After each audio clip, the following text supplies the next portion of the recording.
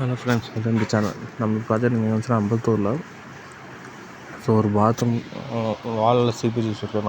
நானும் செக் பண்ணோம். Bathroom line ஃபுல்லாக மாவு இல்லை. அதனால் இஷ்யூன்னு சொல்லிட்டு நானும் இன்ஃபார்ம் பண்ணிட்டோம். இன்ஃபார்ம் பண்ணிட்டு கட் பண்ண ஸ்டார்ட் பண்ணிட்டேன். கட் பண்ணோடனே தண்ணி லைட்டாக அந்த வெளியே வர ஆரம்பிச்சிச்சு. விஷயம் தெரிஞ்சிச்சு. அதுக்கப்புறம் எப்போ நாங்கள் 9 ப்ராசஸ் பண்ணுவோம் பழைய பாத்ரூம்னா. ஸ்டார்டிங் தொடச்சி கட் பண்ணி க்ளீன் பண்ணி பச்சை போகிறதுலேருந்து ஃபுல் ப்ராசஸ் வேணால் நீங்கள் என்னோடய வீடியோ பாருங்கள். அதில் தெரியும் உங்களுக்கு என்னென்ன ப்ராசஸை பண்ணுறோன்னு. இதில் பார்த்திங்கன்னா இந்தியன் டாய்லெட் ஸ்டீம் கட் பண்ணிவிட்டோம். லைன் கட் பண்ணோம், கார்னரும் கட் பண்ணிவிடுவோம்.